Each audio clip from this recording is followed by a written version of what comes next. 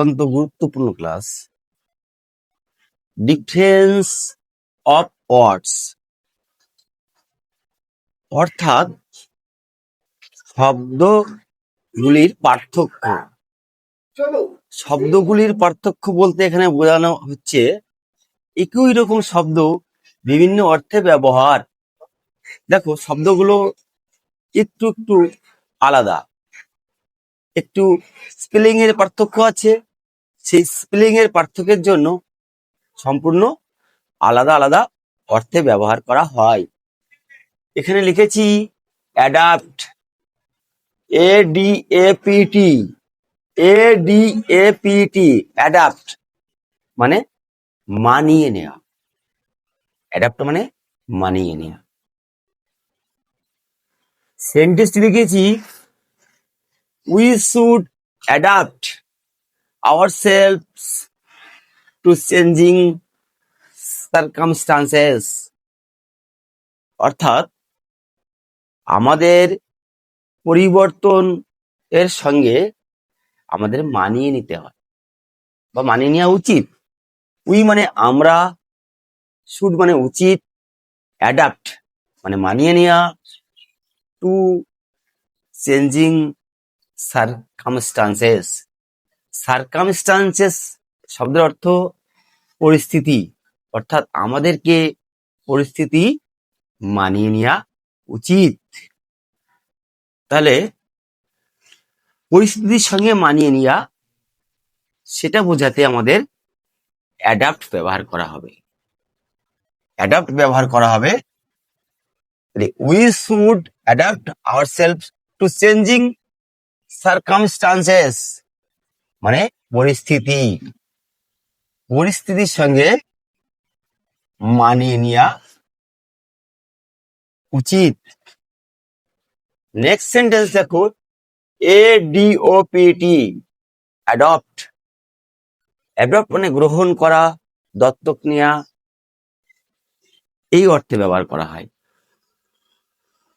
একটা মাত্র এখানে লেটার এর পার্থক্য, ADOPT, অ্যাডপ্ট।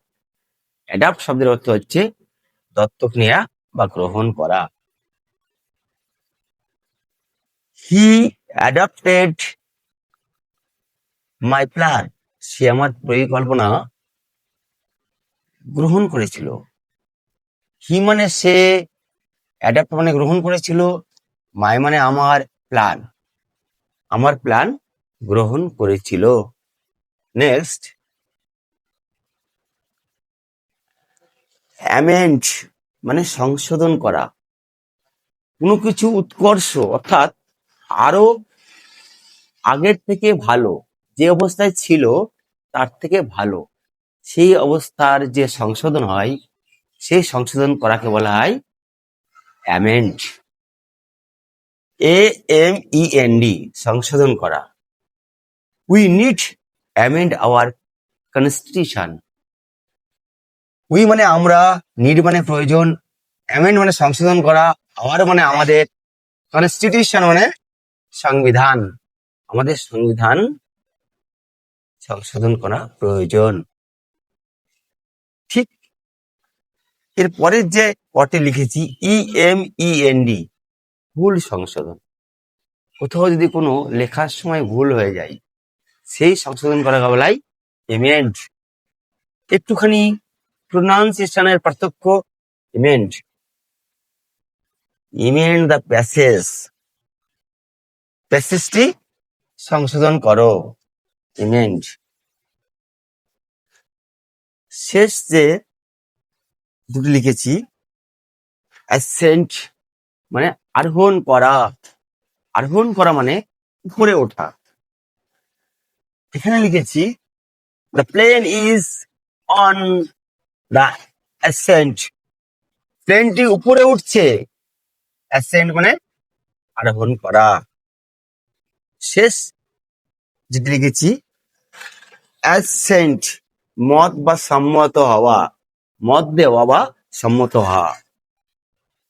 আমি এই বিষয়ে সম্মতি দিই, এই বিষয়ে আমি সম্মতি দিই। I give my accent on this point. এটা প্রেজেন্ট ফর্মে লিখেছি, পাস্ট ফর্মে লিখলে আরো সুন্দর শোনা যাবে। I gave my accent on this point. আমি এই ব্যাপারে সম্মতি দিয়েছিলাম। প্রথমটি লিখেছি প্রেজেন্ট টেন্সে, শেষেরটা লিখেছি পাস্ট টেন্সে।